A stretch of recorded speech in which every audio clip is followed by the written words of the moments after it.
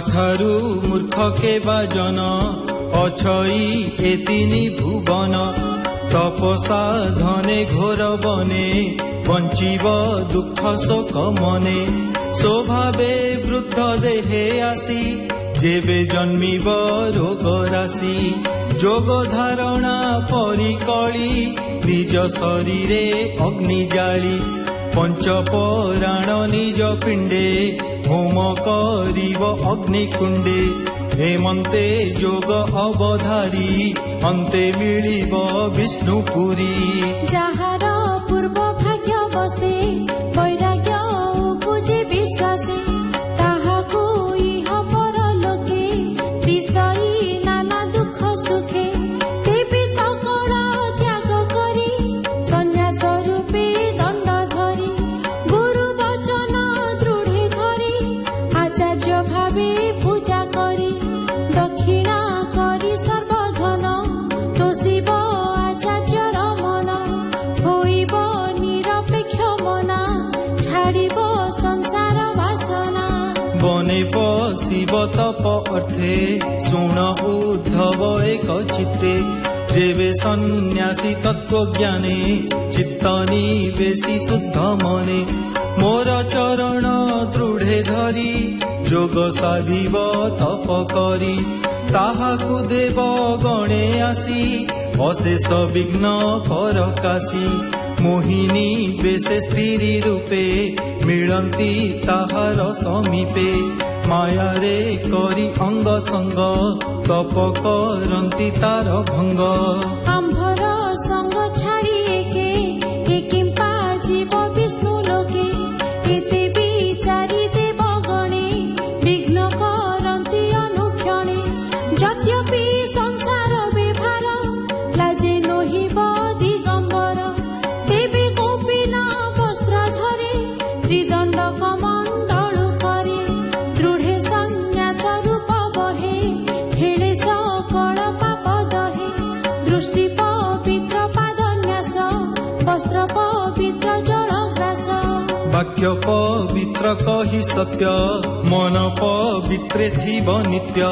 मौन व्रत नित्याचार जे धर्म सन्यासे व्यवहार जिणीब वचन पवन जोग अभ्यासे दृढ़ मन प्राण धारणा जोग बले बसिब आसने निश्चले मन पवन इंद्री गणे जेबे सन्यासी नाही जिणे केवल दंड धरी करे व्यर्थे भ्रमई संसारे हे मायामय त्रिभुवन मने न करे वस्तु ज्ञान ब्राह्मण आदि चारि वर्णे भिक्षा मागिब अवधाने निंदित वर्ण दुराचार वर्जिब पापिष्ठ पामर हेमंते भिक्षा सप्त द्वारे मागिब सत्य अनुसारे कर्मे मिलिब भिक्षा जेते आनंदे घेनी सुख चित्ते निर्जने नगर उपान्ते आनंदे बसिब एकान्ते पितृ अतिथि देवजने भिक्षा समर्पित समने शेष भोजने प्राण पोषी हेमंते भ्रमिब सन्यासी संग वर्जित सममति निरते पर हिते व्रती आत्मा विषये दृढ़ चित्त उत्तम उदार चरित विरल कुशल आसने निर्मले अंतर्गत ध्याने अभेद भावे नित्य ध्यायी सर्व देखिब विष्णुमयी आत्मार गति बंध मोक्ष सुज्ञाने देखिब प्रत्यक्ष मननी बेसी सावधाने बुझिब बंध मोक्ष ज्ञाने भक्ति भावे सडरी जिणिब काम आदि करी विषय संगको पेखी होइब आत्मा सुखी सुखी भिक्षा कारणे ग्रामपुरे पशि मागिब सप्त द्वारे विषय रस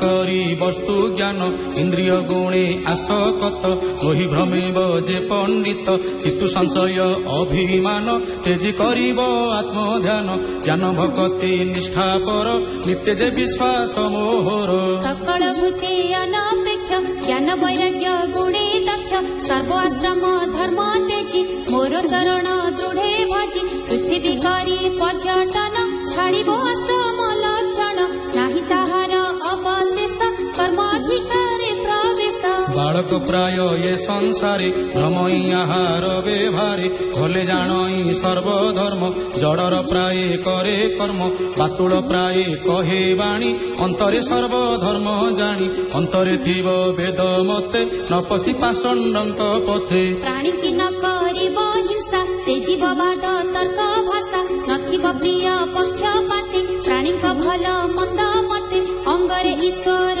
जे सन बिलगे थाई सन्निधान केबे हे प्राणी संगति संगति न चिंतिब चित्ते केबे हे प्राणी कर चित्ते उद्वेग न देव जुकते बंचिब सर्व लोक हिते उद्वेग नहि कदाचिते कंदळे पर अपमाने विवाद न चिंतिब मने जंतुक तुले रिपु भाव केबे हे हृदय न चिंतिब एक आत्मा सर्वभूते चंद्र जेसने शून्य पथे अनेक जड़ घट मध्ये जेसने देखी नाना भेदे लाभ लाभे समभाव दुख हरस न करिब अदृष्ट दुख सुख हेतु अदृष्ट बस सर्व जंतु उपाय आहार कारणी चिंतिब शरीर धारणी ए देह थिले ज्ञान पाई जड़े जेसने चंद्र छाई ज्ञाने सकल पाप नाशे निर्वाण मुक्ति प्रकाशे जय बावन क्षुधा काले मिलिब पूर्व कर्म फले सज्जा